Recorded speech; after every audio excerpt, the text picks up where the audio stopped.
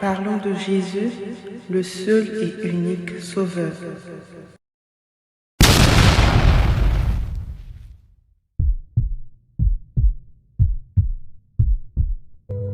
Hello, hello, j'espère que vous allez bien. Et si vous n'allez pas bien, prenez courage parce qu'avec Jésus, vous irez de gloire en gloire. C'est lui qui vous fortifie. Et que ce week-end pascal soit pour vous une occasion de vous rapprocher de lui et de déverser vos larmes auprès de lui. Parce que si vous pleurez auprès des hommes, malheureusement, vous ne pouvez pas avoir ou vous n'aurez pas de solution. Voilà. Et du coup, aujourd'hui, j'aimerais vous partager mon témoignage parce que je vous avais informé que j'avais un témoignage un peu particulier. Un témoignage de guérison parce que oui, Jésus guérit encore. Et ce qu'il a fait dans la Bible n'est pas que rester dans la Bible.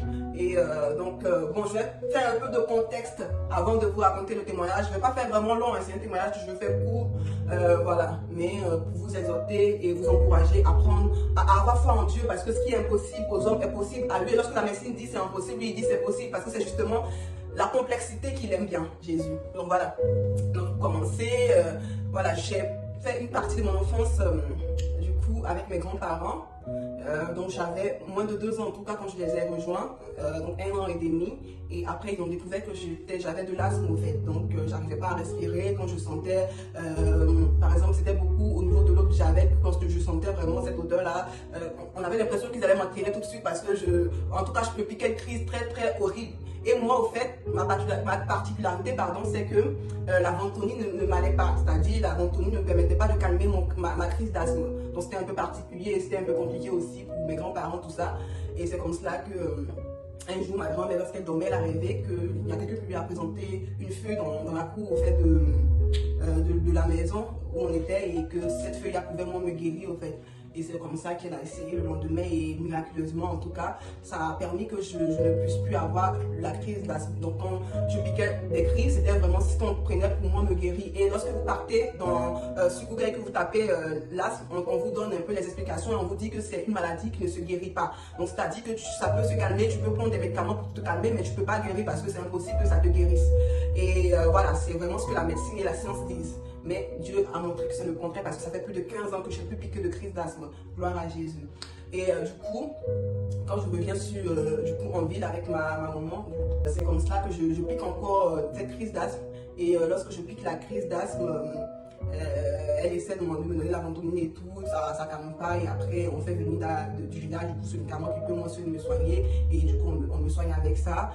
Mais après, ça se reproduisait souvent quand même. Mais bizarrement, parce que j'ai pas prié vraiment pour ça, je sais pas comme si j'ai eu une séance de délivrance pour arrêter de piquer ces crises d'asthme, mais ça a été vraiment de façon, la coïncidence lorsque j'ai réellement décidé de marcher avec le Seigneur, lorsque j'ai décidé de vraiment m'abandonner à lui. C'était vraiment un moment, une période où j'essayais de le comprendre puisque bon, plus ou moins ma maman partait à l'église, donc j'y allais, mais sans forcément comprendre ce qui était Dieu, ce qui était connaître Jésus, tout ça, voilà, comme la plupart des personnes qui suivent la religion sans suivre Jésus, quoi. Donc c'était un peu ça mon cas. Et effectivement, lorsque j'ai commencé à me poser cette question-là, Dieu a opéré vraiment de façon miraculeuse dans ma vie cette guérison-là, instantanée, parce que je n'ai pas prié pour cela, mais c'était quelque chose qui me fatiguait beaucoup, mais Dieu l'a enlevé d'un coup, au fait, de façon simultanée, pardon. Voilà, donc c'est vraiment moi mon témoignage particulièrement concernant ma guérison, parce que depuis plus de 15 ans, je n'ai plus piqué de crise d'asthme, et ce qui signifie que voilà, que Jésus m'a vraiment guéri au fait. Et je sais que ce n'est que lui qui peut faire cela. Ce n'est que lui, même si je n'ai pas eu une position de main particulière, mais je sais que ce n'est que lui qui peut le faire.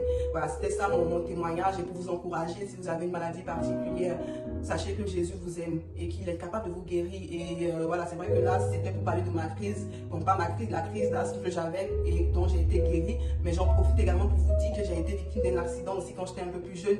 Et cet accident-là a endommagé la voiture plus que moi-même. Quand tu voyais la voiture, tu te disais que la personne, c'est sûr qu'elle est décédée.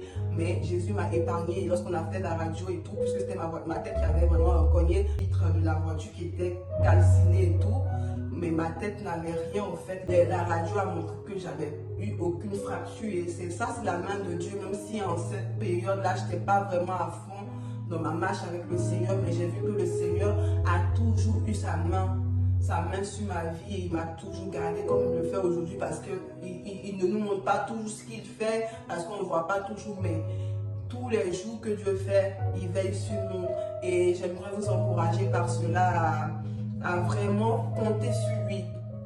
à vous accrocher à lui. Si vous êtes malade, si on vous a dit que cette maladie est incurable et que cette maladie-là, personne ne peut la guérir, même par la médecine, et que vous devez mourir, vous êtes condamné à vie avec cette maladie, je vous annonce une bonne nouvelle. Vous pouvez en être guéri parce que Jésus guérit encore. C'est lui qui a ressuscité Lazare.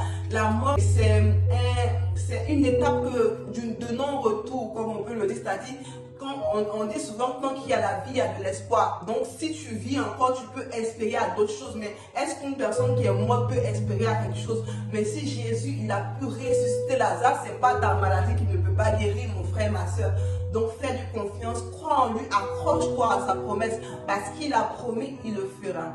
Donc, sur ce, je vous souhaite un bon samedi, parce qu'on est samedi aujourd'hui, donc samedi voilà, de Pâques. Que Dieu vous bénisse, qu'il vous garde, qu'il vous compte de ses grâces. Bisous, bisous, et de là, portez-vous bien. Au revoir.